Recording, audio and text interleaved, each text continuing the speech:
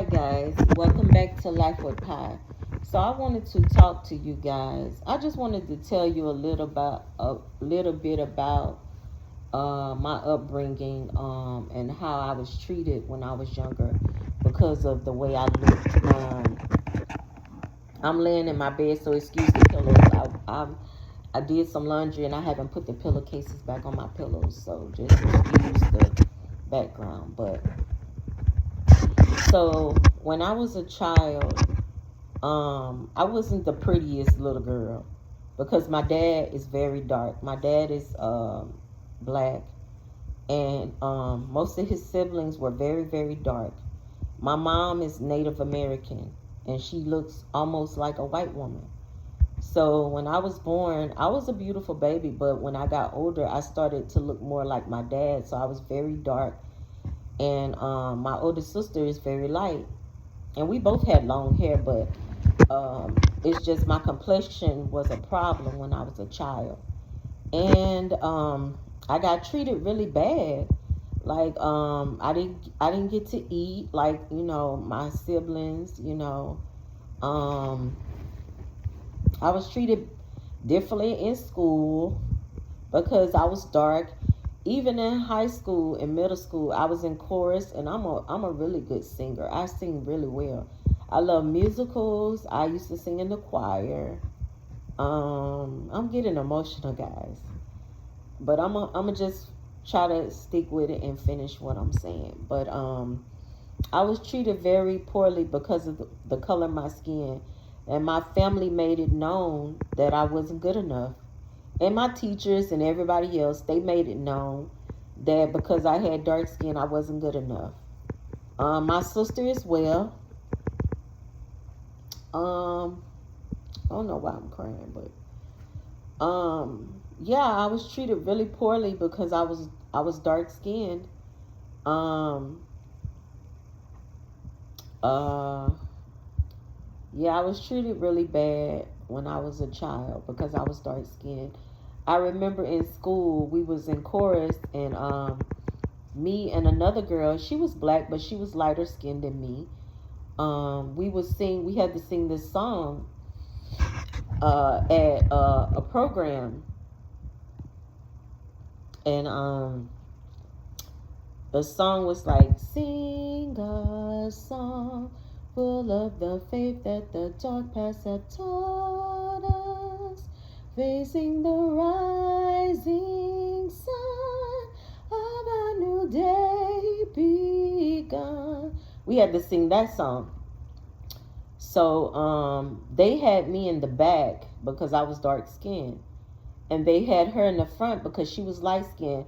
But it was both of our voices singing the song. We had to sing the verse, and everybody came in with the chorus. And me and the girl were talking, and a white man came up to her and said, "Oh, you have a beautiful voice." He didn't even acknowledge me, and I know he saw me singing with her, but he told her she had a beautiful voice, and he didn't say nothing to me. And at the time I was a child, I didn't pick it up. You know what I'm saying? I just kept on talking because me and the girl was friends. But as I got older, it started to register in my mind how people were treating me, because when I was younger, how my family treated me, they treated me like I was a bad person. Like I wasn't having sex, I was a virgin. I didn't know nothing about boys, I didn't know nothing about sex. But my dad treated me like I was out here, like my sister, sleeping around, having sex. I wasn't doing none of that. I had never been with a boy. I was in high school and I never had been with a boy. So I didn't know nothing about that. It was a lot of things I didn't know because my parents didn't talk to me. They ignored me. They didn't teach me. My sister didn't teach me. She went outside to do whatever she was doing. Both of my sisters did. But I was always quiet because I saw how people treated me and how they would react to me. So I just wouldn't even try to interact with anybody. I just stayed to myself, and I took solitude in my music and what I love. I like musicals. I like singing. I like dancing. I want to be a ballet dancer, and I'm gonna do it. But that's another story. But um, most of my jobs when I first work a job or I transfer people, they think I smoke weed or drink, drink and do this, and I don't do none of that. I'm just a sociable drinker. Like if I go somewhere, of course I'm gonna have a glass of wine or a drink because I'm being sociable and I want to be relaxed. But I don't drink like that. I don't have alcohol in my home. I don't smoke cigarettes. I don't do drugs. I don't smoke weed. And I've never done that. I go to church every now and then, but now going to church is not even safe because people at church, they are worse than people that don't go to church. So you can't find solitude in the churches no more. So where do you go when you want to feel a connection with people? Like it's nowhere to go. So I transferred to a new store, and I moved to a new area, which is Texas. I'm not from Texas. I'm from Alabama. Alabama they have racism, but it's not like Texas. Texas is very racist, very very racist. In Alabama, they will, if you're a black person, they will let you work. They will let you support your family. If you're a hardworking black person, they will let you work and have, what you need to survive. In Texas, it's the opposite. If you're black, they don't want you to have nothing. They rather see you poor living on the street. They don't want you to have nothing. If just because you're black, they feel like they're better than you. If you're black and you go to a property and it's mostly Mexicans or another race, they won't. If they think you're not a good person, they will not rent to you because you're black. If you want to get a job and it's mostly Mexicans, they will not hire you because you're black, because they think you're going to be a problem or you're not going to, whatever they think, I don't know. If you go to a restaurant, and these are American restaurants, like Panda Express, Burger King, McDonald's, American restaurants that I grew up eating when I was a child. If you go in there and you're black and they don't like the way you look, or you look too rich, or you look too clean, or you have too much money, they don't want to serve you. They in Texas and Houston, they like black people that look homeless and look like bums and don't comb their hair. If you got on makeup and you look pretty and nice, they don't like you. They want you to look like you homeless for them to tolerate you here in Houston. Let's be clear. I'm just gonna tell the truth. If you sound intelligent and you carry yourself with some kind of esteem, they don't like that. They only like blacks that get high, do drugs, be homeless, walk around funky and stanky, that don't bathe. They love that for black people. But if you doing something good for yourself and you trying to be somebody, they don't like that here. They don't like that. So, I've been working this job for 11 years, and they've been causing me trauma, manipulating me, lying on me. I've even been hit by a customer. A white lady even hit me. My manager just did nothing. And I'm going to do something about what happened at my job. I'm going to do something about that. I'm going to see if I can seek some legal counsel to find me a lawyer, just in case, to be on the safe side. If I need it, I'm going to have it. But I already know what they're doing. The people at the McDonald's by my job, they don't like me because when I come in there, they don't want to service me. They don't want to make my food. So they're coming together, talking amongst each other, trying to come up with a scheme to try to get me in trouble on my job, but it's not going to work. It's not going to work.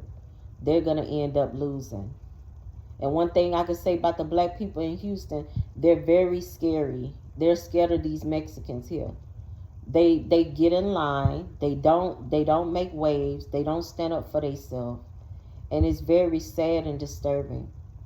And I don't like it. I witnessed one of my coworkers being kicked by a girl that ain't even Mexican. She's another race, but she kicked a black girl in front of me, and the black girl didn't do nothing. That's how they're treated here. So I'm not going to put up with it. I'm not going to tolerate being disrespected by nobody just because the color of my skin, because I've been dealing with it ever since I was a child. I didn't ask to be here. I was brought here through my mother that was Native American. I didn't ask her to sleep with a black man. Who my mama laid down with ain't got nothing to do with me. I just was born to a cruel world that judged me by what my parents did and what my ancestors decided to do. That has nothing to do with me. I just live my life and I stay to myself. And people think they can do whatever they want and say to me. No, you cannot. You cannot say whatever you want to me. You cannot do whatever you want to me. And I don't care who you get with to be with you, it's still not going to prosper. Because guess what? I'm smarter than all y'all. Because I done been through this several times. This ain't nothing but a replay. Do you know how many times people tried to take me out and try to harm me, baby? This ain't nothing new. I've been going through this all my life, and I'm 45 years old, and I'm still going to be here, and you going to be gone. All the people that tried to do me harm and that lied on me, they dead and gone. They in the graveyard. Because I have a heart of gold.